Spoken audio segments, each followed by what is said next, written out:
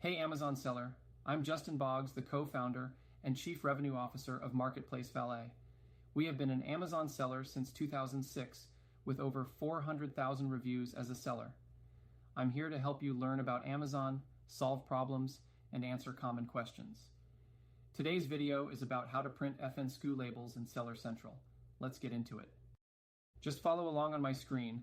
I'll guide you through the process of printing FNSKU labels for your products from Amazon Seller Central. FNSKU labels are crucial for tracking and managing your inventory in Amazon's warehouses. Let's dive in. First, log into your Amazon Seller Central account. If you don't have one, you'll need to create a Seller Central account. Once logged in, click on the burger icon at the top left corner to access the menu. From the menu, go to the Inventory section and select Manage Inventory. This will display a list of all your active products. Locate the product for which you need to print FNSKU labels. Check the box next to the product and click on the Action on Selected drop-down menu.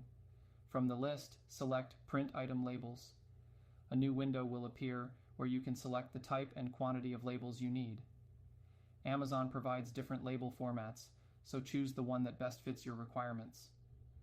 The 30-up labels, Avery 5160, are commonly used. After selecting the label type and quantity, click Print Labels. A PDF file containing the FNSKU labels for your product will be downloaded by your browser. Open the PDF and print it using your label printer.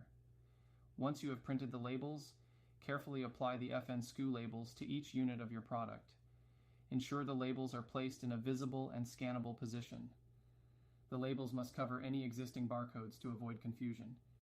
If you have any questions, feel free to check us out at marketplacevalet.com. Like and follow us for more helpful Amazon content. Thanks for watching.